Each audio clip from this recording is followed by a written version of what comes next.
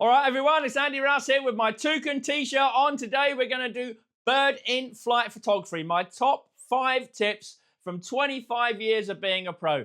Keep watching for some beautiful pictures and some amazing hints that will help you really improve your flight photography.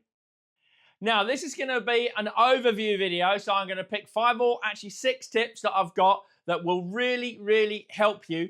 The in-depth tech stuff will come in later videos where I will individually look at the situations, all right? So let's start with exposure. Yeah, it's a real basic thing, but we all stand and generally look upwards at a bird in the sky and we wonder why it's dark. Well, it's dark because, of course, when you look up at the sky, your eye squints, the lens works exactly the same as your eye. So if your eye squints, so will the camera. It will darken the exposure down and you'll get a black bird against a white sky, which is generally not what you want, okay?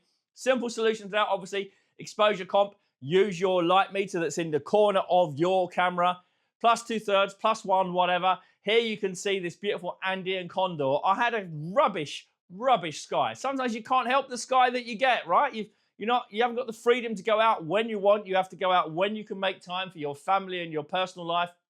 Photography often comes a distant second. So you have to go out when you can. Sometimes it's bright blue, sometimes it's not. If it's not, here you go. And it creates a white sky. It creates what we call a high key effect, which is actually quite good because it brings out the detail on the bird and you can use a bit of processing later on to do that. Now, this next shot you might think is great and it's not. It's just a record shot against the blue sky. Yeah, it's got its wings out underneath, which I hate. At least it's got the light underneath the underside of the wings, which makes the structures look better. More on that in a minute. But it's such a straight and easy shot. Any autofocus system can get it. And it's quite a lazy shot. When I took it, it was a long time ago. What I should have realized is when it's coming into land, it's going to bank and it's going to give me those beautiful tops of the wings. It's going to be more dynamic. I'm going to talk about dynamism a bit later. It could have been a lot better, okay? But it wasn't. It was just straight in the middle of the frame.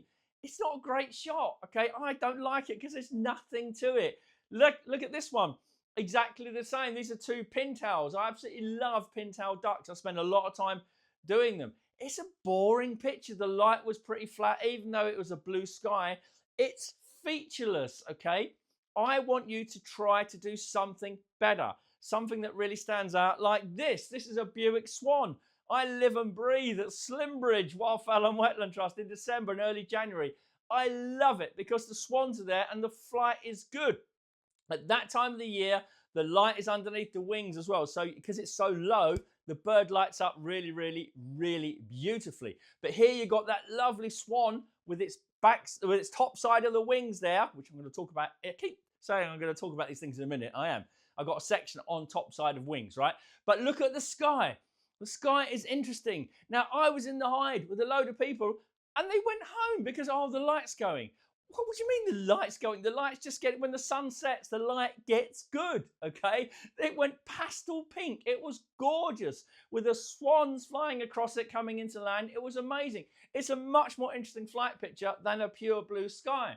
In fact, cloudy conditions and stormy conditions like this can give a really good effect. Look at this snowy owl. Beautiful against that lovely sunset sky. You'll notice that I haven't over-processed the owl. I see too many pictures that aren't real. The sun is behind, the light is behind, so how can the face be lit? It can't.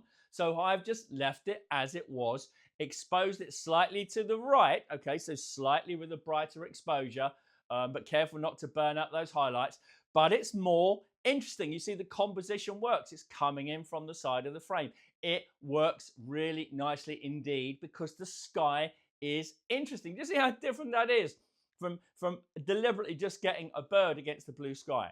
You might say to me, Andy, yeah, but I can't, I can only take what I take. Well, you can control often when you go out, okay? You should be going out in nice light. Don't just go out and do bird photography when it's a beautiful blue sky, okay? Beautiful blue sky doesn't always mean the best shots, okay? Often you need a bit of atmosphere. Look at this fulmar. Wow. I mean, I was going to put this in the habitat section, but I probably will actually because it's such a cool shot. I've only just found it again after losing it forever. Look at the light on it. Look at the habitat. Look at the power of that as a flight shot. Okay, very simple flight shot. the exposure was right, okay, there. I made sure that I didn't overexpose it and I didn't underexpose it. Yes, I like to shoot at a high ISO to get the shutter speed. And that goes without saying on all of these pictures, you've got to set the shutter speed that you want to get the exposure right. So yeah, you can get the exposure compensation right. Obviously watch for highlights, lowlights, all that kind of stuff. But you've also got to get your shutter speed right. And as I said earlier on in my earlier videos, one of my many mantras is shutter speed is king. Forget the ISO. Set the shutter speed. At least a 500th of a second for birds in flight. The more you get, the better it is. A few thousandths of a second works. This was 12/50th of a second because I wanted to get it exactly right. Now, when birds are flying at you, like this tawny owl, obviously the rate of change is a lot greater. When they're flying across you, you could get away with 125th if you track slowly enough and they're flying smoothly enough. You're not getting buffeted by winds. A bit of dancing there. That's my excuse for the way I dance, because I'm getting buffeted by wind dance. Anyway, when they're coming right at you, okay, obviously the rate of change is great. Yeah, you need a higher shutter speed. Okay, so here, right, to get a 2,000th of a second, which in a woodland environment means a high ISO. Do we care about ISO? No, we don't care about ISO. No, we don't. All we care about is getting the sharp picture of the flight. Look at this beautiful short-eared owl, okay? Now, this was taken 10 years ago, well back in the day, before cameras should be at ISO 4000. This was at ISO 4000 because I knew the light had faded, it had a beautiful coloration on the grass behind, okay, and I wanted to get the picture. So I set the ISO high to get a nice fast shutter speed to stop it. No point setting the ISO low. Oh, well, I don't want to get the noise in it. Well, you won't get the picture sharp. And then what a regret that is. You've sat in a hedge with thorns sticking in your head, like I had it here all the time. You want to get the result that you want to get out of it. So get that shutter speed high. And you notice the last two pictures, they're not against the sky. They're not. No, they're against the land. And land, of course, makes a lot better exposure for the picture because it's more flatter. Okay, and it means that the exposure compensation will be less because the meter can deal with it better. And we're going to expand on that as we go through. And I'll do other videos in depth on all this as well. And finally, in this little section, my favorite hummingbird, equal favorite hummingbird in the world, but I'm going to shoot it actually in 3 days' time. I'm going to be in Ecuador in 3 days. The sparkling violet ear, which I call the sparkling violent ear because it attacks every other bird.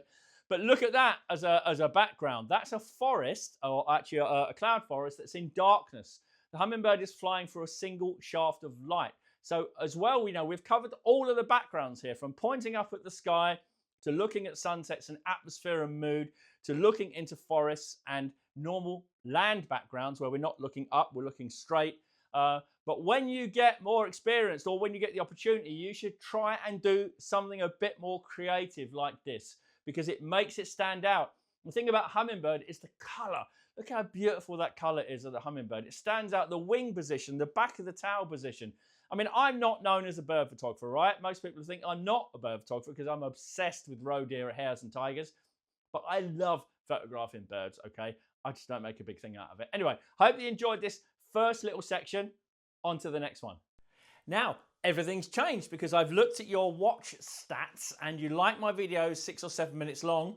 I guess you find something more exciting to do after that. So what I've done, I've chopped up the long video I made into a lot shorter ones, okay? And you'll get those over the coming weeks. So right now, I hope that you enjoyed that exposure video.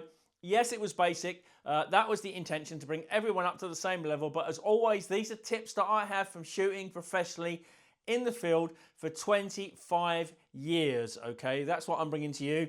Now, Patreon members, you've got your bonus content coming now, where I'm going to have a look at the tech side of some of these pictures and the numbers and all that kind of good stuff.